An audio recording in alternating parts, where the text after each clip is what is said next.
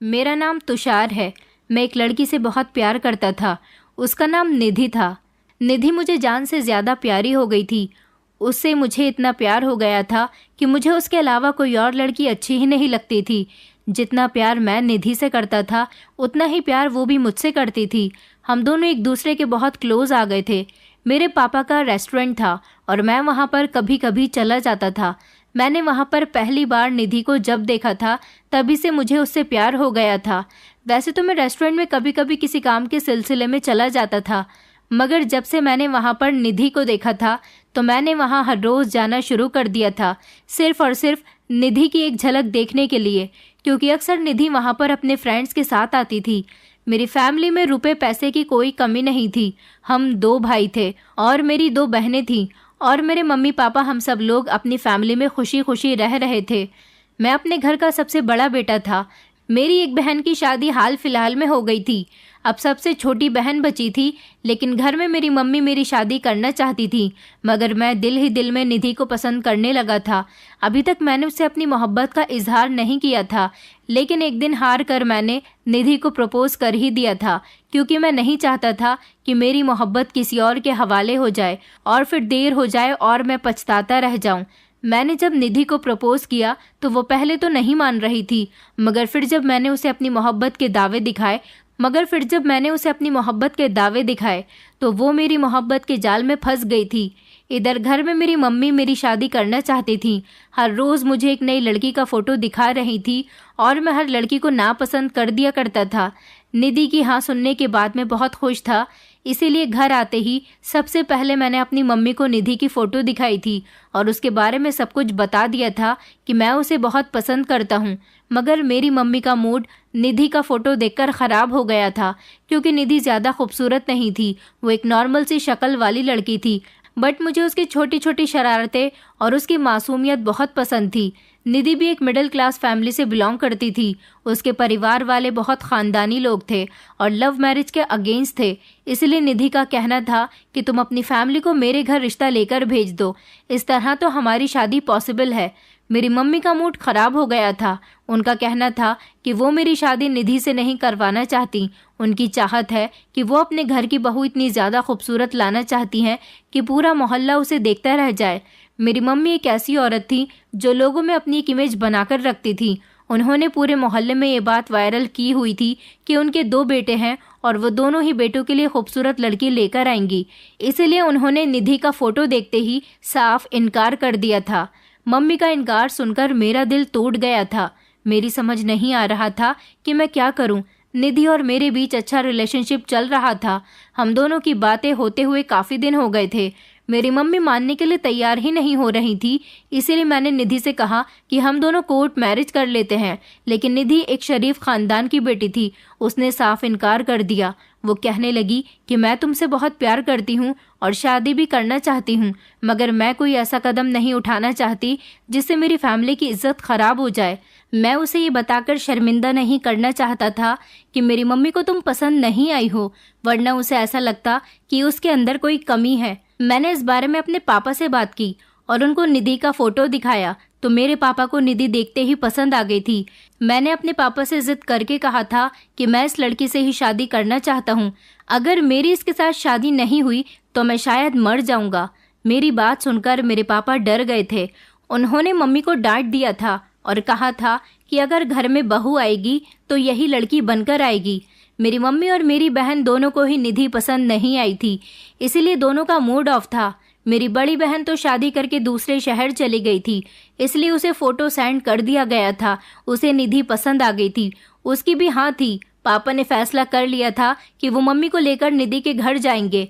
Mummy जाना तो नहीं चाहती थी, मगर पापा के कहने पर वो चली गई थी।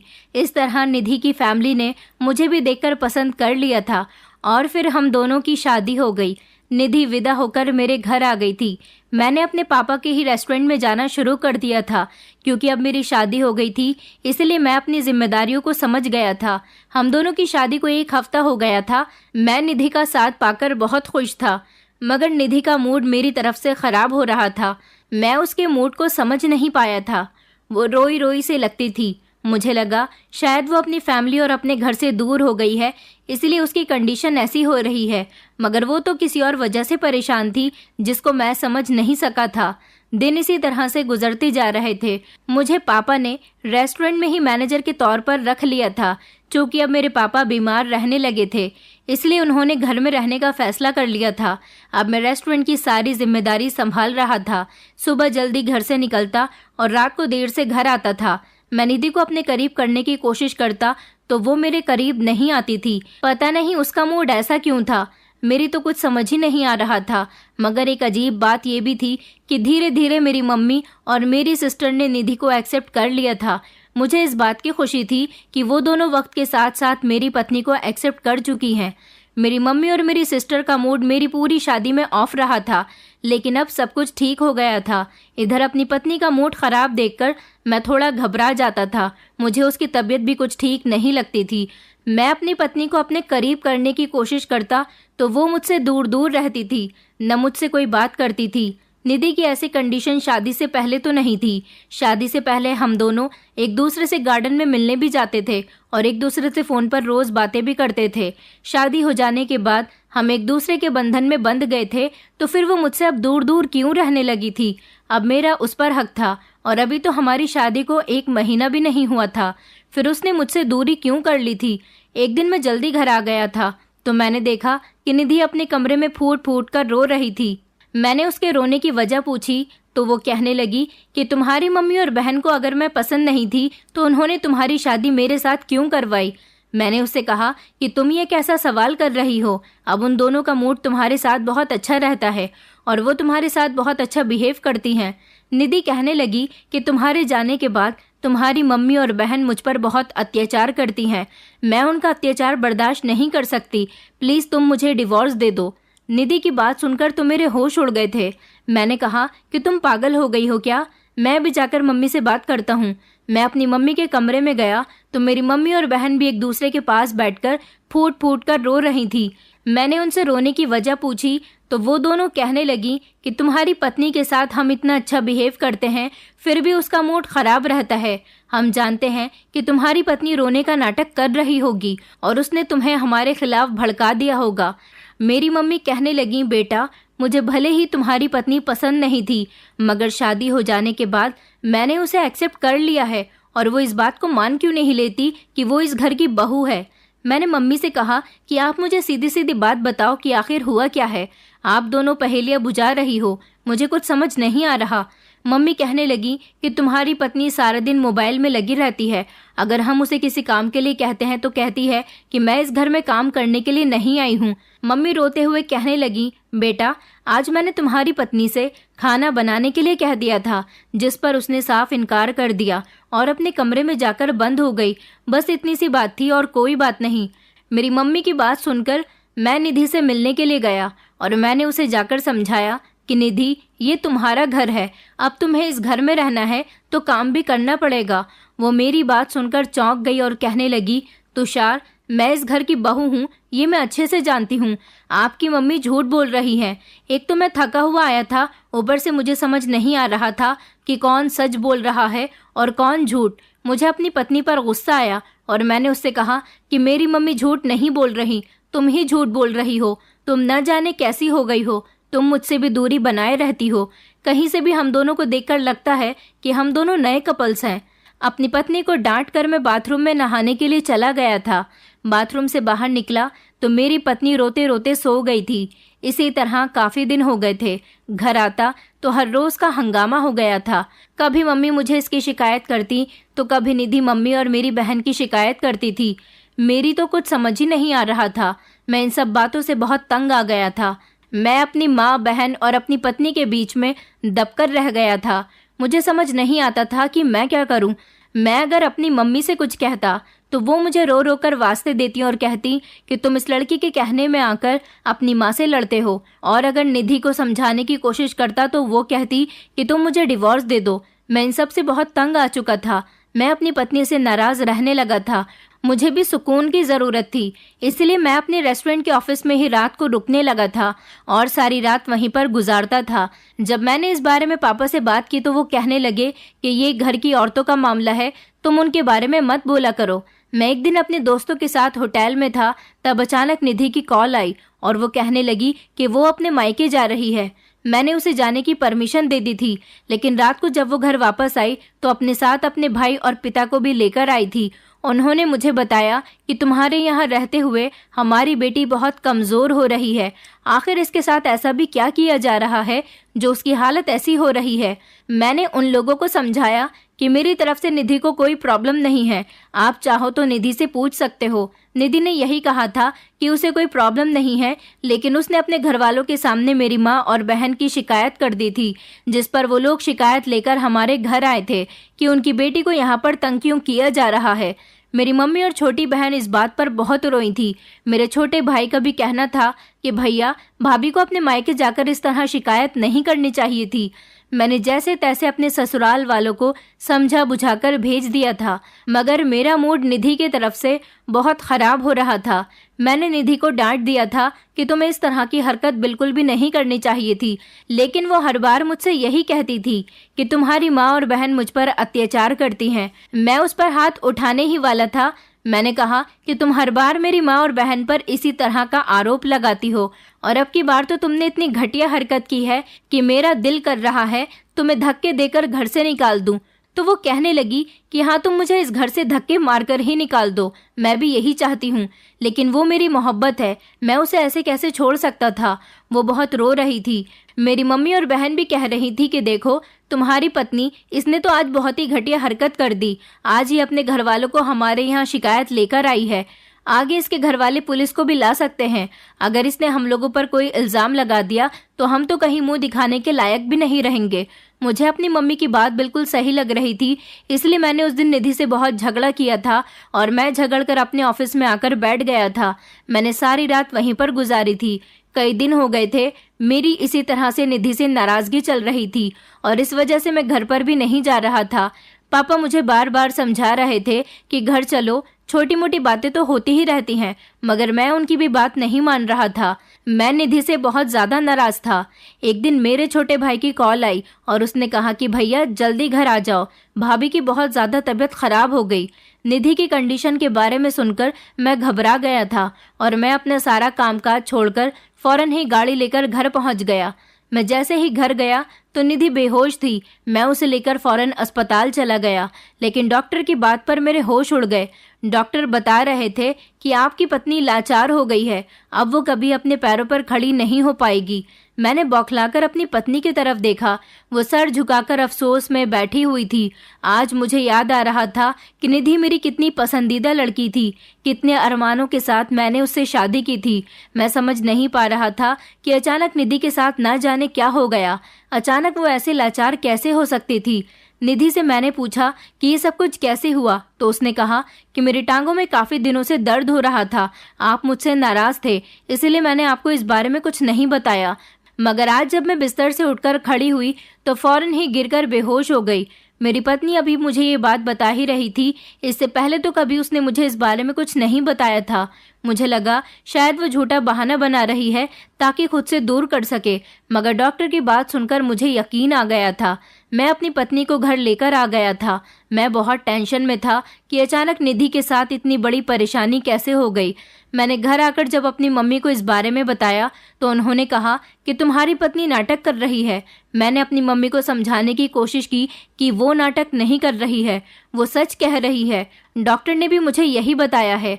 मैंने अपनी मम्मी से कह दिया था कि निधि घर का कोई काम नहीं करेगी क्योंकि अब वो लाचार हो चुकी है। मेरी पत्नी चीख चीख कर रो रही थी क्योंकि उसके टांगों से खड़ा नहीं हुआ जा रहा था।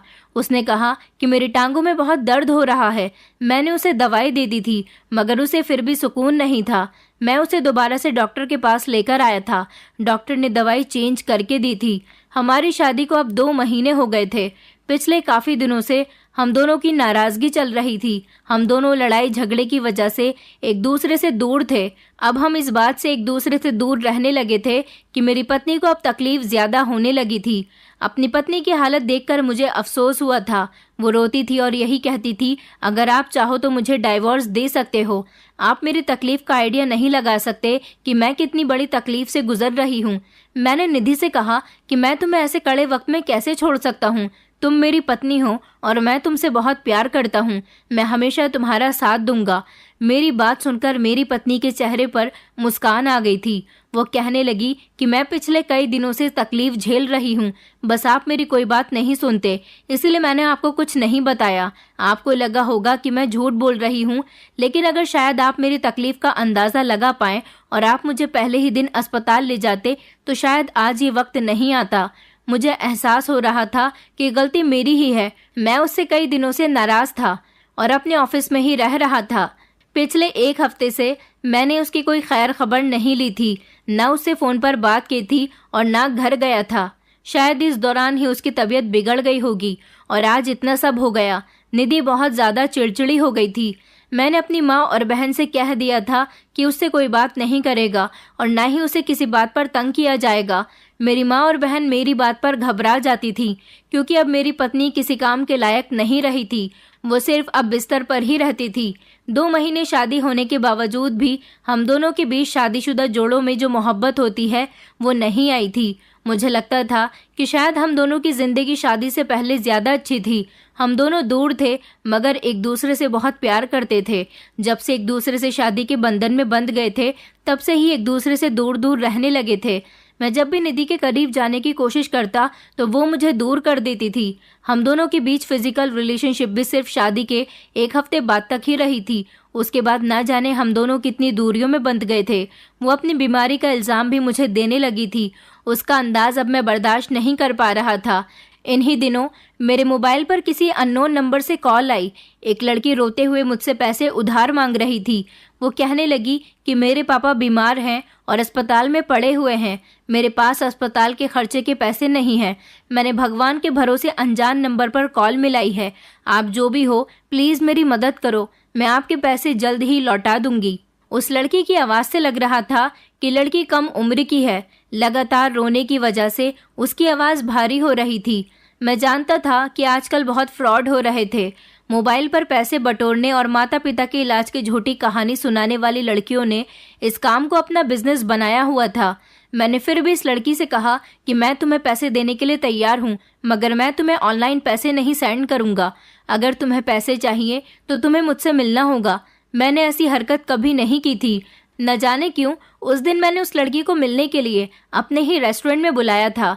वो शायद सच में मजबूर थी, इसीलिए फ़ौरन मान गई थी। मैंने उसे एड्रेस सेंड कर दिया था, मगर उसने कहा कि मैं वहाँ नहीं आ सकती। अगर आपको मेरे ऊपर यकीन नहीं है तो आप मेरे घर आ जाओ। उसने मुझे फिर अपना एड्रेस सेंड किया तो मैं उसके घर पहुँच गया था। वहाँ पर कोई लड़की मौजूद नहीं थी। मैंने इधर उधर देखा तो मुझे उस एड्रेस पर कोई नज़र नहीं आ रहा था। सिर्फ वहाँ पर एक छोटी सी दुकान बनी हुई थी। मुझे लगा कि मुझे बेवकूफ़ बनाया गया है।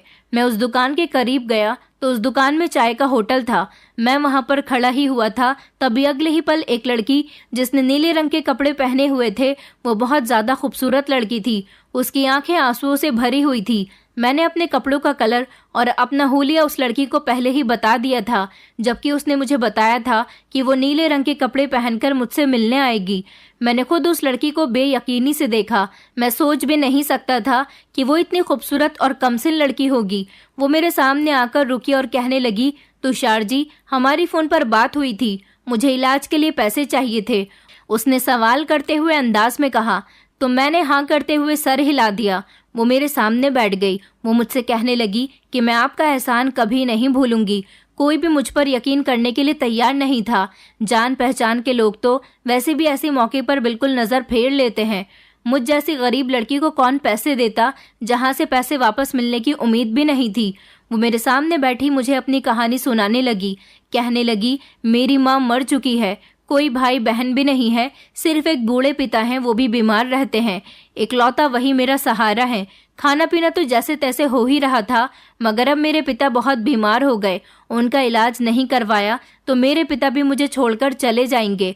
वो फूट फूट कर रोने लगी थी और बार बार मुझे थैंक यू कर रही थी। मैंने उससे कहा कि अगर तुम्हारी मदद करने वाला कोई नहीं है तो फिर मेरे साथ चलो, मैं तुम्हारे पिता का इलाज करवाऊंगा। भगवान ने चाहा तो वो ठीक हो जाएंगे, लेकिन बदले में तुम्हें मेरा एक काम करना होगा। मैंने उस लड़की को देखकर बैठे बैठे एक फैसला किया था। उस लड़की ने सवाल करते हुए अंदाज में मेरी तरफ देखा। उस लड़की को ज़रूर मेरा हुलिया देखकर मुझ पर यकीन आ गया होगा कि मैं उसके साथ कुछ गलत नहीं करूँगा, इसलिए वो मेरे सामने बहुत बेफिक्र बैठी हुई थी। मैंने कहा कि मैं तुम्हारे पिता का इलाज करवाऊँगा, इसके बदले में तुम्हें मुझसे फ्रेंडशिप करनी होगी। एक पल के लिए वो लड़की बहुत हैरान हो गई थी। मैंने उससे कहा कि हर इंसान की ज़िंदगी में परेशानियां होती हैं। शादी के 1 हफ्ते बाद ही मेरी पत्नी से मेरे झगड़े शुरू हो गए थे और अब वो लाचार हो गई। मैं अपनी पत्नी से बहुत मोहब्बत करता था, मगर हम दोनों के बीच ऐसा कुछ भी नहीं हो सका और हम दोनों के बीच दूरियां ही बढ़ गईं। मैं बहुत परेशान रहने लगा हूँ। मुझे भी किसी के सहारे की ज़रूरत है और तुम भी अपने पिता की वजह से परेशान हो। फ्रेंडशिप से मेरा मतलब सिर्फ इतना है कि हम दोनों आपस में बातचीत कर लिया करेंगे और एक दूसरे का गम बांट लिया करेंगे, तो मुझे भी सहारा मिल जाएगा। मैंने इस लड़की को सफाई दी तो वो फौरन मान गई थी। कहने लगी, ठीक है तुषार जी, वैसे भी आप मेरे मददगार हैं, आप जैसा चाहेंगे मैं वैसा करूँगी। मैं तो खुश हो गया था। निधि जैसे नखरे वाली लड़की से शादी करने के लिए मैं मरा जा रहा था, जिसकी मोहब्बत पाने के लिए मैंने उससे शादी की थी, मगर वो मुझे शादी के बाद मोहब्बत नहीं दे सकी थी। लेकिन अब इस कम उम्र की लड़की को देखकर लगा, जो सुकून इस लड़की में है वो सुकून मुझे अपनी पत्नी के साथ क्यों नहीं मिलता। वो लड़की मुझे अपने साथ अस्पताल ले गई। रास्ते में मुझे अपने बारे में बताने लगी। उसने अपना नाम मुझे वर्तिका बताया था और छोटे मोटे घरों में काम करके अपना पेट पाल रही थी। इसकी हर बात सच थी। इसके पिता सच में बीमार थे और बिस्तर पर पड़े हुए थे। डॉक्टर ने इलाज के लिए 50,000 रुपये मांगे थे। मैंने 50,000 रुपये डॉक्टर को दे दिए थे। उसके बाद मैं अस्पताल से निकल आया था। वर्तिका बहुत मासूम और खूबसूरत लड़की थी। इसको देखकर तो मेरा दिल जोश से भर गया था। कुछ पैसे मैंने उसे घर खर्च के लिए दे दिए थे। वर्तिका के पिता का इलाज शुरू हो गया था। वो तो मेरी गुलाम बन गई। कहने लगी कि अगर आपको किसी भी काम के लिए मेरी ज़रूरत हो तो मुझे बताना, मैं हर हाल में आपका एहसान का बदला चुका कर ही रहूँगी। वो मुझे यकीन दिला रही थी, जबकि मैं तो उसके खूबसूरत शरीर पर नज़र गड़ाए खड़ा हुआ था। मैं बाहर निधि से हटकर किसी लड़की में इंटरेस्ट ले रहा था। वर्तिका का बात करना ही मेरी सारी थकान और परेशानी को दूर कर गया था। घर पहुंचा तो निधि हर बार की तरह गुस्से में मुंह फुलाए बैठी हुई थी। अब तो उसे घर का भी कोई काम नहीं करना पड़ता था। मैं जैसे ही उसके करीब जाने के लिए अपना हाथ आगे बढ़ाता तो वो मेरे हाथ को झटक दिया करती थी। मुझे भी अब उससे लड़ने झगड़ने और रोने की कोई परवाह नहीं थी। उसको हर बार मेरी माँ और बहन की शिकायतें रहती थीं। इसके अलावा उसे कोई और काम नहीं था। मैंने उसको उसके हाल पर छोड़ दिया था। वर्तिका के पिता ठीक होकर घर जा चुके थे। हम दोनों की फ़ोन पर बातें होने लगी थी। मैं उसका ध्यान अपनी तरफ करने के लिए हमेशा उसे अपनी दुख भरी कहानी सुनाता रहता था, ताकि उसकी हमदर्दी हासिल कर सकूं। एक दिन वर्तिका ने मुझे रोते हुए बताया कि वो जिस घर में काम करती है वो लोग आजकल उसके काम में बहुत कमियां निकालने लगे हैं। उसने कहा कि पहले ही मुझे बहुत कम पैसे मिलते हैं, अब तो पिताजी की बीमारी में मुझे और पैसों की ज़रूरत है और मुझे डर है कि वो लोग मुझे काम से ही न निकाल दें। वर्तिका की बात पर मुझे अचानक ख्याल आया। मैंने उससे कहा कि तुम वहाँ से काम छोड़ दो, मैं तुम्हें अपने घर काम पर रख लूँगा। तुम्हें सिर्फ हमारे घर की देखभाल करनी है। मेरी माँ बूढ़ी हो चुकी है, बहन पढ़ाई में लगी रहती है और मेरी पत्नी लाचार है। इस वजह से घर के काम में कुछ दिक्कत हो रही है। वैसे तो मेरी मम्मी काफ़ी काम करती हैं, लेकिन और तुम उनके हाथ बटा दिया करो। मैं तुम पर घर का ज़्यादा बोझ नहीं डालूंगा और पैसे भी सही दूंगा। वर्तिका ने मेरी ऑफ़र एक्सेप्ट कर ली थी। वो अगले दिन हमारे घर आई तो मैंने अपनी मम्मी और बहन को उसके बारे में बता दिया था। मेरी मम्मी और बहन तो वर्तिका को देखकर बहुत खुश हुई थी, क्योंकि वो इन फ्यूचर मेरे लिए ऐसी ही लड़की तलाश करना चाहती थी। मगर मेरी पत्नी तो निधि बन चुकी थी। मेरी पत्नी तो वर्तिका को घूरती हुई नज़रों से देख रही थी। मैं जानता था वो भी मेरी तरह वर्तिका की खूबसूरती से चौंक गई थी। वर्तिका की गेटअप से लग ही नहीं रहा था कि वो लोगों के घरों में काम करने वाली लड़की है। मेरी पत्नी तो सिर्फ एक तरफ बिस्तर पर ही लेटी रहती थी। वर्तिका के आ जाने से मेरी मम्मी को भी काफ़ी सहारा मिल गया था और वो उसके साथ बहुत खुश थी। मम्मी का कहना था कि वर्तिका के आ जाने से मुझे बहुत आराम मिल गया। मुझे तो ये लड़की बहुत पसंद है। मैं हमेशा वर्तिका के साथ हमदर्दी जताता था और उसके बहाने बहाने से करीब होने लगा था। कभी कभी बातों ही बातों में मैं उसका हाथ थाम लेता। वो मुझे अपना मददगार समझती थी, इसीलिए मेरी हरकत उसे बुरी नहीं लगती थी। मुझे भी खूब हवा मिल रही थी। अपनी पत्नी से तो अब वैसे भी मेरा दिल भर चुका था। मैं वर्तिका की मोहब्बत हासिल करने लगा। हम काफ़ी देर तक अकेले बैठकर बातें करते रहते थे। इस बात पर मेरी मम्मी और बहन को भी कोई दिक्कत नहीं थी और निधि हमेशा रूम में रहती थी, वो तो कभी बाहर आती ही नहीं थी। वर्तिका मुझे अपने घर की कहानी बताती रहती थी, जबकि मेरा इंटरेस्ट उसकी खूबसूरती पर होता था। मैं उसे कभी कभी गिफ्ट्स भी खरीद कर दे देता था और कभी उसे कपड़े भी लाकर दिया करता था। वो मेरे लाए हुए कपड़े पहनकर जब हमारे घर पर काम पर आती तो वो मुझे बहुत प्यारी लगती थी। मैं उसकी तारीफ में ज़मीन आसमान एक कर देता था। वो शर्मा कर मुस्कुराने लग जाती थी। मेरी नज़र में वर्तिका एक खूबसूरत खिलौना थी, जिसे मैं अपनी मर्जी से जितना चाहता इस्तेमाल कर सकता था। मुझे निधि का कोई डर नहीं था। निधि ने मुझसे पूरी तरह से बातचीत करना बंद कर दी थी। मैं कमरे में जाता तो वो अपने मोबाइल में लगी रहती थी। अब तो उसने मेरी माँ और बहन की शिकायत करना भी छोड़ दी थी। उसकी तरफ से मुझे कुछ सुकून हो गया था। इधर वर्तिका की खूबसूरती ने मुझे पागल बना दिया था।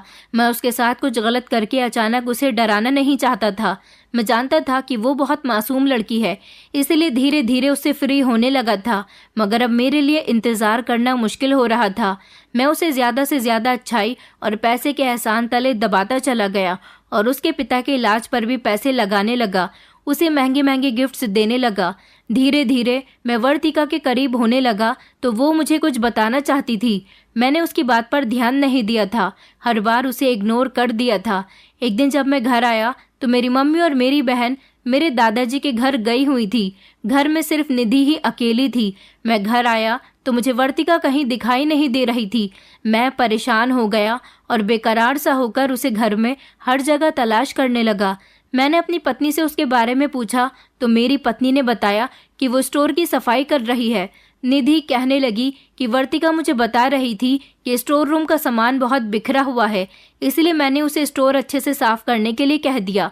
वो स्टोर रूम ही साफ कर रही होगी। अपनी पत्नी की बात सुनकर मैंने सुकून का सांस लिया था। मुझे लगा कहीं वर्तिका जल्दी तो नहीं चली गई। आज मैं स्पेशली वर्तिका के लिए ही जल्दी आया था, क्योंकि मुझे मेरी बहन कॉल करके बता चुकी थी कि वो लोग दादाजी के घर जा रहे हैं। मैंने सोचा मौका अच्छा होगा, निधि तो वैसे भी कमरे में ही रहती है, इस बहाने में वर्तिका के और करीब आ जाऊंगा। निधि के साथ कुछ देर बातें करके मैं बहाने से उठा और स्टोर रूम में पहुंच गया। इस छोटे से कमरे में वर्तिका पसीना पसीना हुई सफाई करने में बिजी थी। उसके चेहरे पर नमी और लाली छाई हुई थी। पीले बल्ब की रोशनी में उसका खूबसूरत शरीर दमक रहा था। उसने अपने दुपट्टे को एक साइड पर रखा हुआ था। मैं ठिठक कर उसके रूप की तरफ देखने लगा। इस हाल में मेरा ध्यान पूरा पूरा वर्तिका की तरफ था। मेरे लिए खुद पर काबू करना मुश्किल हो गया। मैंने खामोशी से अंदर जाकर दरवाज़ा बंद कर दिया और कदम बढ़ाकर वर्तिका के करीब हुआ। वो मुझे देखकर चौंक गई। घबराकर उसने अपना दुपट्टा उठाना चाहा, मगर मैंने उसे रोक लिया था। मैंने कहा कि मुझे अच्छा नहीं लगता तुम इस तरह घर का काम करती हो। मेरे घर के लोगों ने तुम पर ज्यादा ही काम का बोझ डाल दिया है। तुम गर्मी में सुबह से खड़ी यहाँ पर तंग हो रही होगी। मुझे पता होता तो मैं निधि से स्टोर की सफाई करवाने से मना कर देता। मैं उससे कह दूंगा कि वो तुम्हें ऐसे काम ना बताया करे। मैंने बातें करते हुए वर्तिका के चेहरे को टच किया तो वो हड़बड़ाकर पीछे हट गई थी। कहने लगी, मुझे किसी भी काम में परेशानी नहीं होती। मैंने खुद आपकी पत्नी से कहा था कि स्टोर रूम बहुत गंदा हो रहा है, मैं सफाई कर देती हूँ। वो मुझसे अभी बात कर ही रही थी कि इतनी देर में मैंने उसका हाथ झटके से पकड़कर उसे अपने करीब खींच लिया। वो फटी फटी नज़रों से मुझे देखने लगी। वो कांप रही थी। मैं उसको ज़बरदस्ती अपने करीब करने लगा। वो मुझे खुद से छुड़ाने की कोशिश कर रही थी। वो कहने लगी, आप ये क्या कर रहे हो? मैंने कहा, मैं कब से तुम्हारे करीब आने की कोशिश कर रहा हूँ। मैं इस दिन का काफ़ी दिनों से इंतज़ार कर रहा था। देखो, अगर तुम मेरी चाहत पूरी कर दोगी तो मैं भी तुम्हें खुश कर दूंगा। मुझे मेरी पत्नी ने बहुत परेशान किया हुआ है, बस इस वजह से मैं ऐसा बन गया हूँ। मैंने उसको मजबूती के साथ अपनी बाहों में जकड़ लिया था। वो बहुत कोशिश कर रही थी खुद को मुझसे छुड़ाने की। उसके चेहरे पर घबराहट साफ नजर आ रही थी। वर्तिका कहने लगी, प्लीज़ मुझे छोड़ दो, प्लीज़ मेरे साथ ऐसा मत करो। मगर मैं उसकी कोई बात नहीं सुन रहा था। वर्तिका की इज्जत के साथ खिलवाड़ करना चाह रहा था। इतनी ही देर में धड़ाम से दरवाज़ा खुला और मैं घबरा गया था। जैसे ही मैंने पलटकर देखा तो निधि दरवाजे पर खड़ी हुई थी। कुछ देर पहले मैंने वर्तिका को जैसे अपने करीब किया था, वो उसी होलिये में मुझसे लिपटी हुई खड़ी थी। वर्तिका के बाल भी बिखरे हुए थे। उसे देखकर निधि आगे बढ़ी और उसने मेरे गाल पर एक थप्पड़ लगा दिया था। निधि ने कहा कि ये सब क्या चल रहा है? मैंने उससे कहा कि तुम यहाँ कैसे आई? तुम्हारी तो तबीयत ठीक नहीं है और तुम तो चल नहीं सकती हो, तो फिर तुम यहाँ तक कैसे आई? निधि कहने लगी, घटिया इंसान, तुमने मेरी मोहब्बत का फ़ायदा उठाया। मैंने कहा, निधि, ये लड़की ज़बरदस्ती मेरे करीब आने की कोशिश कर रही थी। तुम चाहो तो इससे पूछ सकती हो। मैं तो बस स्टोर रूम में इसे देखने के लिए आया था कि ये सफाई किस तरह से कर रही है, मगर इसने मुझे अंदर खींच लिया और दरवाज़ा बंद करके ज़बरदस्ती मुझसे लिपट गई। मैंने सारा का सारा इल्ज़ाम वर्तिका पर लगा दिया था, क्योंकि मैं अपनी पत्नी को उसके पैरों पर खड़ा हुआ देखकर डर गया था। वो काफ़ी समय से अपने पैरों पर खड़ी नहीं हुई थी। आज इस तरह से मेरे सामने आई तो मेरे होश उड़ गए थे। मेरी पत्नी कहने लगी, तुम हो ही घटिया इंसान, तुम्हारा पूरा परिवार ही ऐसा है। तुम लोगों ने मुझे बहुत परेशान किया। मैं तुमसे अभी और इसी समय डिवोर्स चाहती हूँ। मैं तुम्हें छोड़कर जा रही हूँ। निधि के ऐसे शब्द सुनकर मैं घबरा गया था।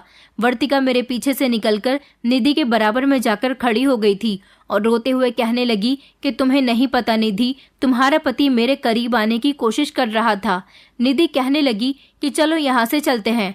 मैं निधि के आगे हाथ जोड़कर उसे रोकने की कोशिश कर रहा था, मगर उसने ठान ली थी कि वो यहाँ से जाना ही चाहती है। मैंने निधि को बहुत यकीन दिलाने की कोशिश की कि मेरी इसमें कोई गलती नहीं है, प्लीज़ मुझे माफ़ कर दो, ये सब कुछ इस लड़की का किया धरा है। मैं रोते रोते उसके पैरों में गिर गया था और उससे कहा कि प्लीज़ निधि, मुझे माफ़ कर दो, मुझसे गलती हो गई। निधि कहने लगी, आखिर मैं तुम्हारी बात का कैसे यकीन कर लूँ? क्या तुमने मेरी बात का यकीन किया था? उसकी ये बात सुनकर मैं चौंक गया था और सीधा खड़ा हो गया। मैंने कहा कि तुम्हारी बात का क्या मतलब है निधि? मैंने तुम्हारी कौन सी ऐसी बात नहीं सुनी? निधि कहने लगी, शादी के अगले ही दिन तुम्हारी बहन और माँ ने मेरे साथ बहुत अत्याचार किया। तुम्हारे पीछे वो लोग मुझसे घर के सारे काम करवाया करती थीं। तुमने तो कभी ये भी ध्यान नहीं दिया कि मैं कितनी कमज़ोर हो गई हूँ। यहाँ तक कि उन्होंने मुझ पर हाथ उठाने की भी कोशिश की। मैंने हर बार तुम्हें उनकी बात बताने की कोशिश की, तुमने मेरी बात पर यकीन नहीं किया। हर बार तुमने मुझे डांट दिया और मुझसे हर बार नाराज़ होकर तुम अपने ऑफिस में रुकने लगे। मैं सब कुछ छोड़कर तुम्हारे पास आई थी, मगर तुमने मेरी मोहब्बत की शादी के बाद भी कदर नहीं की।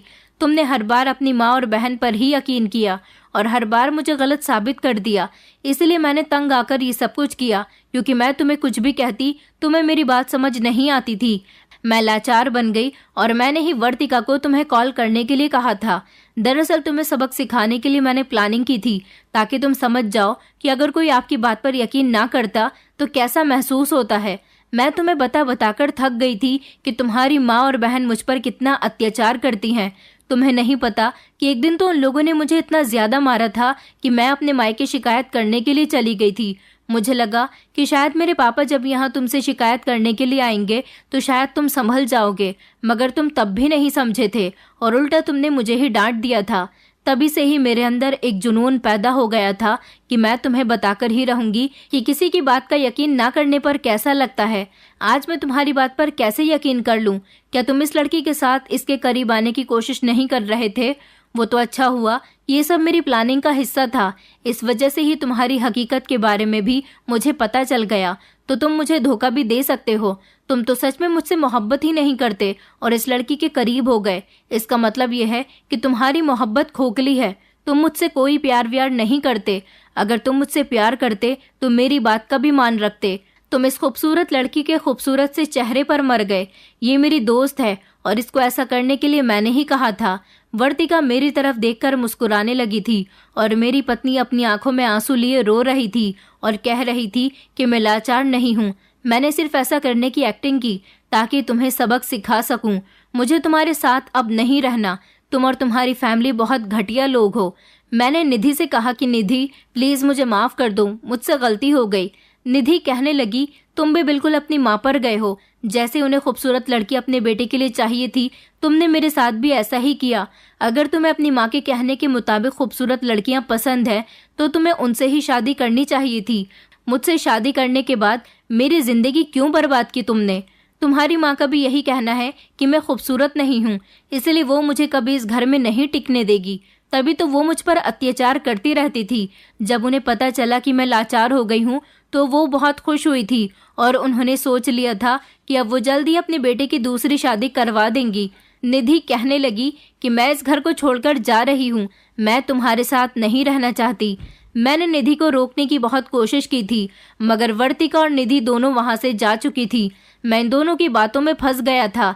दरअसल डॉक्टर भी इनका ही एक दोस्त था जिसने मुझे ये रिपोर्ट दी थी कि निधि लाचार है। निधि बिल्कुल ठीक थी और ये सब वो मुझे सबक सिखाने के लिए कर रही थी। मैंने निधि को रोकने की बहुत कोशिश की मगर वो नहीं रुकी और उसने अगले दिन कोर्ट के थ्रू मुझसे डिवोर्स मांग ली थी और मजबूरन मुझे उसे डिवोर्स देनी पड़ गई थी। मेरी गलती थी कि मैं निधि को छोड़कर वर्तिका के पीछे पड़ गया था और कभी मैंने उसकी बात पर यकीन नहीं किया था। उस पर मेरी मम्मी ने बहुत अत्याचार किए थे और मैंने कभी उसकी बात का यकीन ही नहीं किया। मुझे आज बहुत अफसोस होता है, मैंने कभी उसकी बात का यकीन क्यों नहीं किया। तभी तो उसने इतना बड़ा कदम उठाया था। हम दोनों का रिश्ता अब हमेशा हमेशा के लिए ख़त्म हो गया। मेरी मम्मी जब घर आई तो मैंने उनको सब कुछ बता दिया और मैंने उनसे भी सारे संबंध ख़त्म कर दिए, क्योंकि एक वही थी जिनको शुरू से ही निधि पसंद नहीं थी। इसलिए तो उन्होंने निधि पर इतने जुल्म किए थे ताकि वो खुद मुझे छोड़कर चली जाए, मगर वो फिर भी उनके अत्याचार बर्दाश्त करती रही। निधि एक बहुत अच्छी लड़की थी और मुझसे बहुत प्यार करती थी। शायद उस जैसी पत्नी मुझे कभी नहीं मिल सकती। मेरी मम्मी और बहन ने निधि के साथ जो कुछ किया था आज उसकी सज़ा उन्हें मिल गई थी। मेरी बहन की जब शादी हुई तो उसकी ससुराल अच्छी नहीं मिली और मेरी माँ अब बीमार रहने लगी थी। मम्मी का कहना था कि मैं शादी कर लूं, मगर मैं शादी नहीं कर सकता था क्योंकि मैं शायद किसी औरत के काबिल नहीं हूं। मैं आज भी अपनी गलती पर शर्मिंदा हूं और आज भी निधि से माफ़ी मांगता हूं। निधि ने मुझसे सारे संबंध ख़त्म कर दिए और वो अपनी फैमिली के साथ दूसरे शहर में शिफ्ट हो गई। मैं आप लोगों से रिक्वेस्ट करती हूँ, हमें हमेशा एक इंसान की बात पर यकीन नहीं करना चाहिए। दोनों लोगों की बात सुनकर शांत दिमाग से उसका सॉल्यूशन निकालना चाहिए, ना कि किसी एक इंसान की बात पर ध्यान देना चाहिए जो आपको पूरी तरह से झूठी झूठी बातें बताए। मैं नहीं चाहती कि आप लोगों का हाल भी तुषार की जैसा हो जाए, जो एक तरफा बातों में आकर अपनी पत्नी को खो चुका है। अगर आप लोगों की पत्नी गलत है तो आपको अपनी माँ की भी सुननी चाहिए, और अगर आपकी माँ गलत है तो आपको अपनी पत्नी की भी बात सुननी चाहिए। दोनों की ही बात सुनकर फैसला करना चाहिए, तभी बात का असल सॉल्यूशन निकलता है। आप दोनों की ही बात पर यकीन करें और दोनों को सपोर्ट करें, दोनों को एक जगह बिठाकर समझाएं। इस तरह से ही आपका घर बच सकेगा, वरना आप लोगों की हालत भी तुषार की जैसी हो सकती है। दोस्तों, उम्मीद करती हूँ आपको हमारी कहानी पसंद आई होगी। कहानी पसंद आई है तो वीडियो को लाइक करें, चैनल पर नए हैं तो चैनल को सब्सक्राइब करें और हाँ, नोटिफिकेशन बेल को ज़रूर दबाएं ताकि अगली अपडेट सबसे पहले आपको मिले।